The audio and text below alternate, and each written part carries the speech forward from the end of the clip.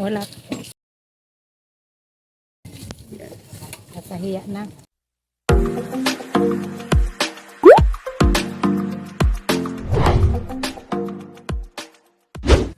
Isang mapagpalang araw mga kalingap, mga kababayan, itong araw na po ito ay binalikan natin si Ate Marcel at ang kanyang anak na si Jeric, na ipapa-x-ray po natin yung paa na nabalian dahil sa aksidente. Mga kalingap, mga kababayan, tara, samahan nyo kami. Let's go. Yan, dito tayo mga kalingap, mga kababayan, sa bahay nila Ate Maricel. Yan, nandito sila. Ali ate. Yun yung kanilang, pala yung kanilang mga anak.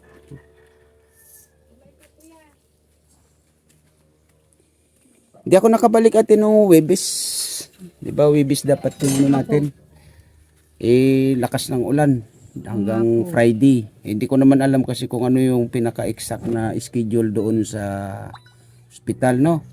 Kaya ngayon, pumunta ako doon. So, araw-araw naman daw pala ang schedule. So, ngayon tara, pupunta tayo doon. Okay lang ba sa inyo? Okay. Papa-x-ray muna natin ito at hintayin natin yung result. Kung ano yung resulta nito, doon tayo kukuha ng basihan kung ano yung dapat gawin, no? Apo. Yan, kamusta, Jeric? Okay naman po. Hindi man lang kita nakikita ngumiti, Jeric. Problemado ba talaga? Dapat hindi mo iniisip yung ano ng kalagayan mo kasi talagang ganyan, no? Ang ano mo, kailangan mo ng mataimtim na pagdarasal, 'di ba? Para makamit mo yung kagalingan ng iyong mga paa. Pati nga ng mga paa mo. Ayun ang paa mo. Yan, 'di ba? So, pupunta tayo doon sa ospital. Dali lang naman tayo. Siguro mga ano lang tayo. Mga depende yung kung may nakapila. So, sige. Jeric at Ate Maricel. Magayak muna kayo. Talis tayo. Ano pangalan mo, boy? Jason. Jason. Ito, ikaw. Michelle. Michelle. Ito, Cassandra. Cassandra. Siya, ano pangalan niya? Maika. Maika. Yan. Ano ba yung sinasaing niyo? Ano yan? Bigas, kanin? Okay. Ayan mga kalingap, mga kababayan, yung kapatid ni Jeric na mga anak nila Ate Maricel. Yan mga kalingap, mga kababayan, yung sitwasyon nila dito, no? Ayan, no?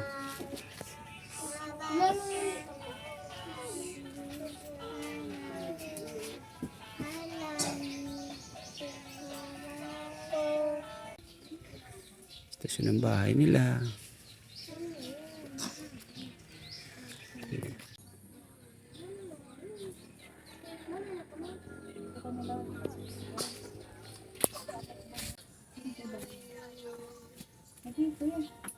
Ano, okay na?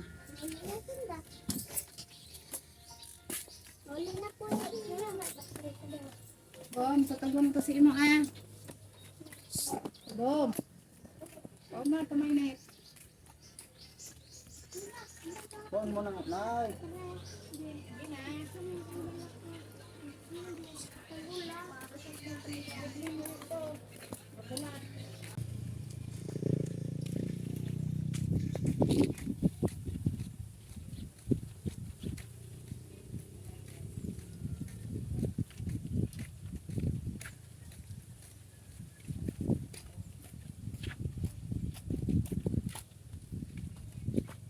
Yung papel nyo ate na, no? Galing doon sa ano? Dala nyo?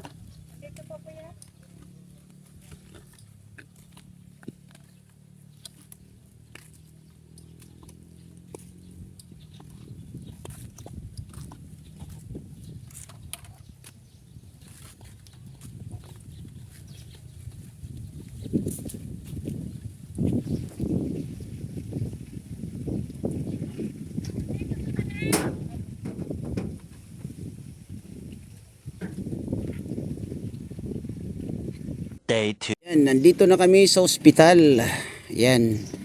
Ate, kasi bawal tayong mag ano dun sa mismong ospital, no? Apo. Ngayon ate, sa x-ray niya, 'di ba? X-ray siya, 'di ba? Ngayon, kailangan malaman doon kung ano yung eksaktong dapat gawin kasi siyempre babasahin yung x-ray. 'Di ba? Babasahin kung ano yung resulta. Hindi naman ang magbabasa niyan yung nag-x-ray. Kundi dadalhin yan mismo doon sa doktor, no, sa espesyalista or doktor nila. Ngayon, alamin mo yung ano yung dapat mong gawin pagkatapos niyang ma-x-ray ni anong pangalan ng anak mo? Jeric. Pagkatapos ma-x-ray ni Jeric, para hindi na tayo yung pabalik-balik, no, kasi sobrang layo, no, di ba? Alamin mo kung ano yung mga dapat gawin pagkatapos ng x-ray at kailan, anong araw kukunin yung resulta, at pagkatapos makuha ng resulta kung saan dadalhin, no? Para malaman natin kung ano yung next step natin. Okay? Kasi yun nga, ulitin ko, ang hirap nung babalikan natin, pupuntahan, kasi yun nga, dapat nung Thursday to na x-ray, no? Sa kasamang palad, umulan, kaya hindi ako nakapunta. So nung Friday, nag-isip ako kung ano yung gagawin ko. Nagpatanong ako dito kung anong araw yung schedule. May nagsasabi na every Thursday lang, may nagsasabi na araw-araw except yung Saturday and Sunday. Kanina nga pumunta ako dito at inalam ko anong araw yung schedule. So ito, may schedule naman pala ng Monday to Friday. So yun yung pinaka-importante, ate. Alamin mo yung eksaktong gagawin natin, or gagawin mo, magpaturo ka doon sa pagkatapos ng x-ray, magtanong ka kung ano yung mga dapat gawin, ano? Kaya para, yun nga, ulitin ko, hindi tayo yung pabalik-balik, no? Sige ate, pupunta na tayo doon sa mismong ospital. 6.5 hours later. Ano sabi ate? Babalik daw po ng Merkulis. So ito, Babalikan po natin po ng Merkulis para malaman kung ano ang result nito. magkano daw babayaran? Dapat itanong mo. Wala naman po siyang Wala pa sinasabi. So sa ngayon, saan mo dadalhin yun? ibabalik ko po dito Sa loob? Okay. Hintayin na lang natin. Pa. Hintayin na lang natin yan na kung anong resulta sa loob. Opo. So ngayon, ibabalik mo na sa loob. Opo. Okay, sige. Okay na? Pero pang sukli. Kumain na ba kayo? Opo, kaya na po kami. Hindi, anong oras kayo kumain? Alas 8, alas 7? Alas 10 po. Okay. Sige. So balik tayo ng ospital. Opo. Okay. Yan, naghihintay tayo dito sa resulta ng x-ray ni Jeric, no? Hindi kasi tayo pwedeng pumasok or di tayo pwedeng mag-video dun sa mismong hospital. Kaya yung nanay na lang yung nag-aasikaso doon at hindi rin tayo pwedeng pumasok, no? Kaya hintayin natin yung resulta kasi na x-ray naman na. So ngayon photocopy pa nung ID ni Jeric. So pumunta uli kami ng bayan. At yun nga, andito na namang muli. Siguro mga ano na kami dito, mga 2 hours. Yan, mga 2 hours na kami dito. Yan, yun lang yung ano natin. Abang-abang lang tayo, no? Wait lang po. Yan mga kalingap, pinakain muna natin yung mag-ina, no? Yan. Tsaka bigyan mo nito, ate. Yun ito.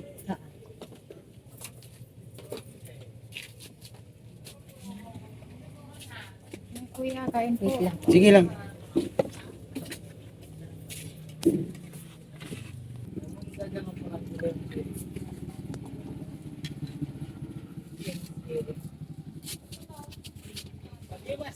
Bigyan mo natin ng tag-isang soft drinks, ate. Akin na po yung takip. Sige po kuya, kain na. Sige lang, kumain na kasi ako. Sa kakahintay ko kanina sa inyo. Okay lang, kahit na umabot tayo ng almost 3 hours, di ba? Mahalaga, malaman natin kung ano yung sitwasyon talaga. So, pagdating natin dun sa inyo ate, Maricel, explain mo na lang sa akin kung ano yung mga sinabi ng doctors, no? Okay, sige, kain lang muna kayo. Huwag kayong mahiya, ha? Kung may kulang, sabihin nyo lang.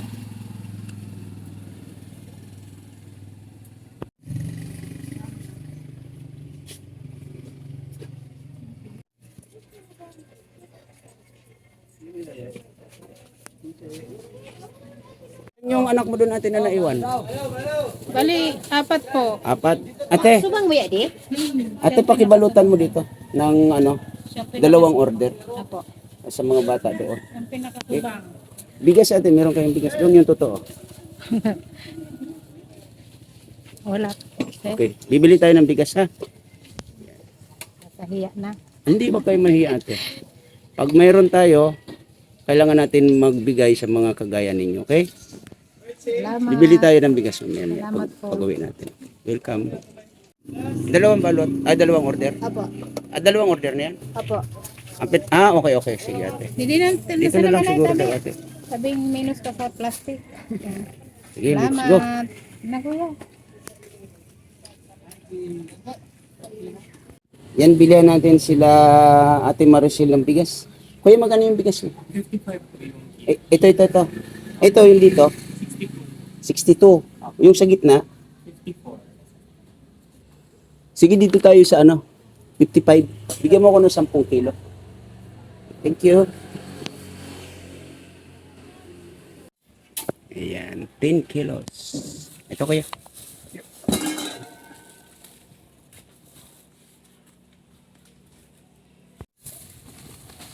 Yan, lipat na lang natin sa sako. Okay, thank you.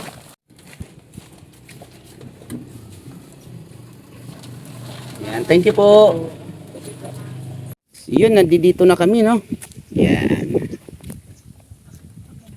Sige ate, ano mo muna kasi wala tayong kasama maliban sa ating 3.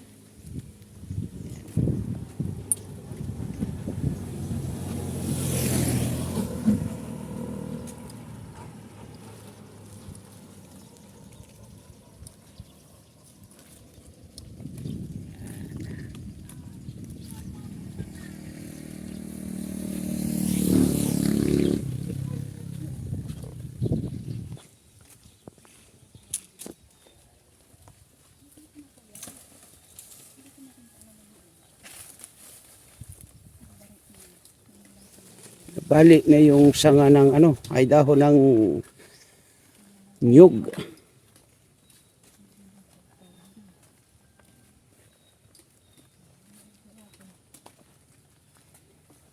O, may bisita yata kayo. Yung estudyante ko, umuwi na. Estudyante. Okay.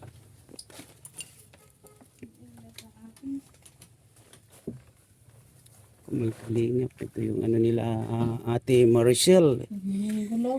Yan. Asan mga anak mo? Baka nandun po sa kila Kuya Ambo. Okay.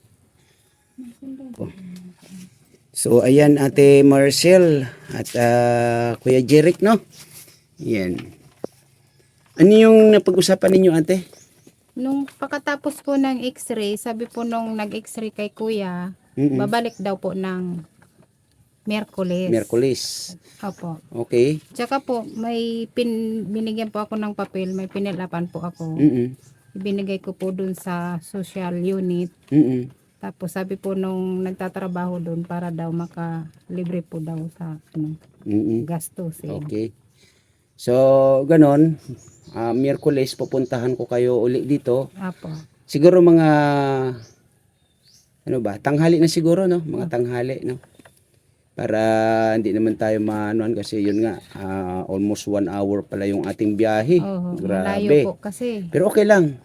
Basta ang mahalaga ay importante, no? Malaman natin. So, ito yung naging, ano niya, Resulta po. naging result. Yan. So, parang may kitang-kita nga, no? Ayan, oh. Ito. No? Talaga pong usli po yung Di ba? Kitang-kita nga. So anong pakiramdam mo ngayon, Kuya Jeric, na ito, na-x-ray kang muli at malalaman natin yung result sa Miyerkules. Ano yung naiisip mo ngayon? Kinakabahan po. Kinakabahan ka?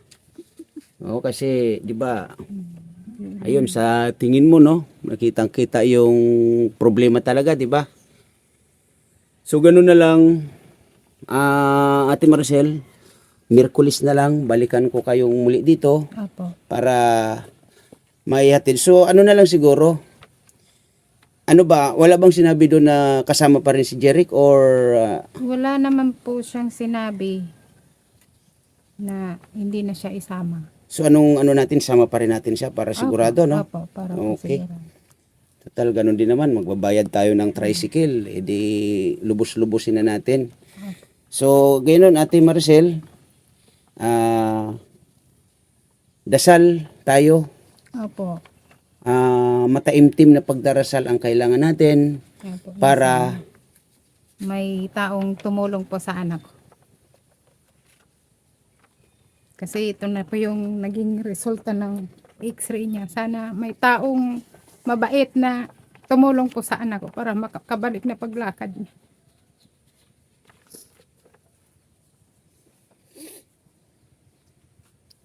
So, Ate Maricel, basta ganun lang, mataimtim na pagdarasal. Kasi yun yung ating masasandalan sa ngayon, no? Kasi ulitin ko nga, ako ay ganito pa lang naman.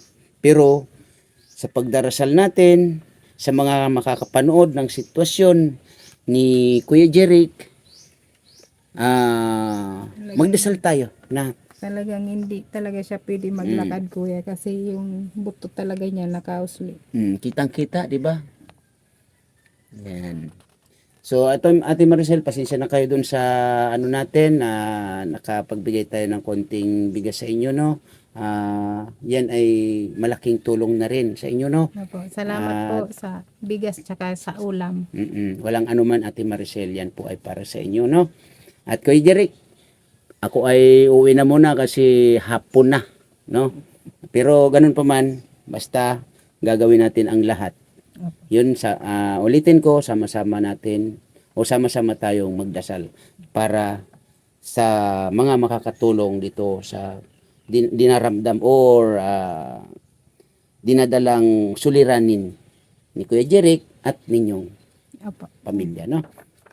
So, Ate Maricel, ako ay pansamantala, uwi muna, no? At Opo, ingat kuya. kayo palagi dito. So, sa Wednesday na lang uli. Opo, kuya. So yun mga kalingap, mga kababayan, na napa-x-ray na natin si Jeric. At sa next day naman ay babalikan natin para yung kanyang pinaka-resulta talaga, no? At maraming salamat. Unang-una, Kuya Bal Santos Matubang, Ate Edna Vlogs, Kalingap Rab. At maraming salamat din sa lahat. Lani Wonder Woman, Lisa 67 Vlog, Tita Eman Pam Channel, Chunila Reyes, OFW Angel, Mama Sinya Vlog, Dalagang Isay, Irene Pahuyo, KTB Angels 100. Maraming salamat po sa support ninyo. At lalong-lalo na Kindred TV and Maria Cusinera. At ayun, maraming salamat din Maestro 21 TV at lalong-lalo na sa nag-sponsor, no, na ayaw magpabanggit ng pangalan. Shout out sa lahat ng Kalahi community. Maraming salamat po sa inyo, no. At shout out sa lahat ng landing pad, ano, landing pad ng Donsol, landing pad ng Gumaka at landing pad ng Davao. Maraming salamat sa lahat, mga kalingap, mga kababayan. Lagi po tayo mag-iingat, lalong-lalo na po yung mga kababayan nating OFW. Lagi po kayong mag-iingat. And God bless us all. Bye-bye!